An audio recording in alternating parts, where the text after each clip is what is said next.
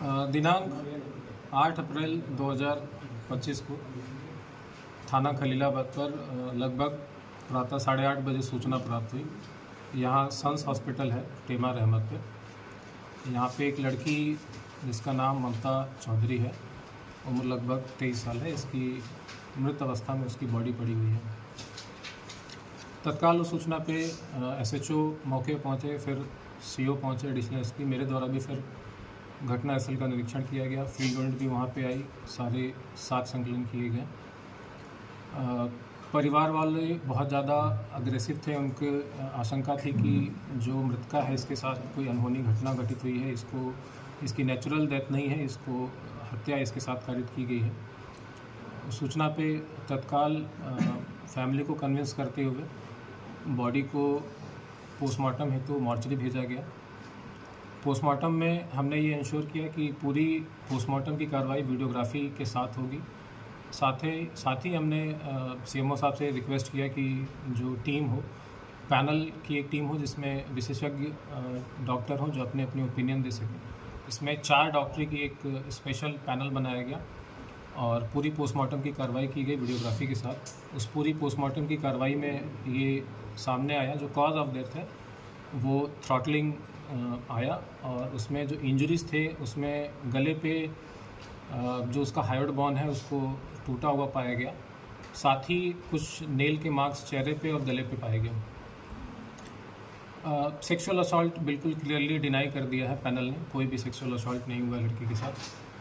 फिर हमने जो तहरीर प्राप्त हुई थी मृतका के परिवारजनों के द्वारा, उस तहरीर के आधार पर बीएनएस की धारा 103, जो कि पूर्व में 302 धारा आईपीसी की होती थी, उसमें मुकदमा पंजीकृत किया गया। नामजद मुकदमा लिखवाया गया रामजी राव उर्फ रामजीत भारती के नाम से।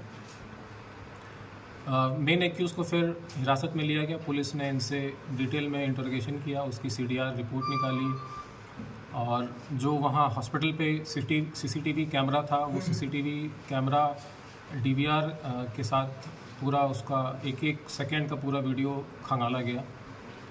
उसके पास से एक्यूज़ के जो नामजद एक्यूज़ है उसके पास से मोबाइल भी बरामद हुआ, स्वयं का मोबाइल और जो मृतका है उसका मोबाइल, उसके मोबाइल को भी खंगाला गया।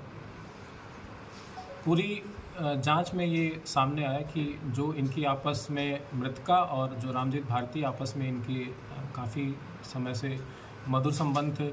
सीडीआर से भी चीज़ें इस्टेब्लिश हुई, आपस में इनकी बात है। इनकी चैट भी हमने प्राप्त की। चैट में भी दिनांक जो मृत्यु का इसका दिनांक है इसमें एक चैट ऐसी मिली जिसमें इनक्रिमिनेटिंग एविडेंसेस थे एक्यूज़ के खिलाफ। इसमें लिखा है कि मार दो मुझे अब। साथ ही जो सीसीटीवी फुटेज हमने वहाँ से बरामद किया उसमें कई जगह पे छेड़खानी हमको मिली। कई उसमें मिसिंग सीसीटीवी फुटेजेस के 1-1, 2-2 मिनट के उसमें लिंकेज मिले। मॉर्निंग के समय 7:03 से लेकर 7:23 तक पूरा 20 मिनट का जो अंतराल होता है वो पूरा सीसीटीवी फुटेज का गायब मिला। जो एक्यूज़ का मोबाइल था उसमें से कई मैसेजेस पूरे तरीके से डिलीट पाए गए। तो ये सारे चीज़ें बहुत ही ज़्यादा इंक्रिमिनेटिंग थी एक्यूज़ के खिलाफ। फिर एक्यूज़ से भी इसके संबंध में जब गहनता से पूछताछ की गई, एक्यूज़ ने अपनी पूरी घटना कैसे उसने कारित की उसने बताया कि दिनांक 7 अप्रैल यानी घटना की पूर्व रात्रि में लगभग 8 से 9 के बीच में इसके बीच में और मृतका के बीच में अल्टरकेशन हुए थे छत के ऊपर। लगभग 16 से 17 मिनट तक ये लोग छत पे रहे। वहाँ पे इनके बीच में गाली गलौज मारपीट भी हुई। इसने गला भी दबाया था एक्यूज़ ने इसका। फिर हॉस्पिटल की एक स्टाफ है फातिमा, वो बीच में आ गई, तो उसने फिर वो घटना जो इनके बीच में हो रही थी वो बीच में रुक गई। फिर तीनों फिर छत से उतर गए।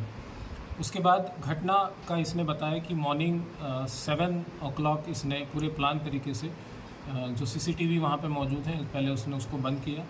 फिर उसके जहाँ मृतका सो रही थी उसके कमरे में गया, उसमें इसकी घटना कारित करने के बाद बाहर निकला, और चूँकि जो दरवाज़ा है वो हार्डली 6 फीट का है, इसने फिर उचक के उसको बाहर से ही दरवाज़ा बंद कर दिया और फिर वापस आके अपने जगह पे सो गया।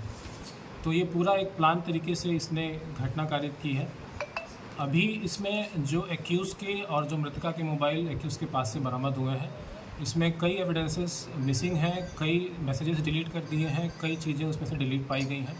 इसको फॉरेंसिक लैब हम भेज रहे हैं। फॉरेंसिक लैब से जब चीज़ें रिकवर होंगी तो और भी इसमें एविडेंसेस एस्टैब्लिश होंगे। इस घटना में अभी और भी अगर कोई लोग शामिल होंगे तो वो उस मोबाइल का जो एविडेंस है वो बहुत क्रूशियल होगा। वो इसको क्लैरिटी को पुलिस के सामने, विवेचक के सामने लाएगा। इसके अलावा ये भी संज्ञान में आया है कि जो इसमें हॉस्पिटल संचालक ने जो अपना हॉस्पिटल का रजिस्ट्रेशन करा रखा है उसमें भी कई अनियमितताएँ हैं। इसमें जिस डॉक्टर के नाम इसमें दिखा रखे हैं फुल टाइम डॉक्टर, ये बिल्कुल भी फुल टाइम डॉक्टर नहीं है। इसने स्वयं स्वीकार किया है कि महीने में कभी एक बार आते हैं। साथ ही जो उसमें फार्मेसी के जो उसने स्टाफ दिखा रखे हैं, उस फार्मेसी के कोई भी स्टाफ वहाँ पे मौजूद नहीं मिला। इनफैक्ट जितने भी स्टाफ मिले उसमें से किसी का भी नाम इसमें रजिस्ट्रेशन में नहीं था। तो ये कई अनियमितताएँ हैं जिसके संबंध में सीएमओ साहब से पत्राचार किया जाएगा और जो संबंधित डॉक्टर हैं या जो संबंधित स्टाफ हैं उनके खिलाफ भी कार्रवाई करने हेतु सीएमओ साहब से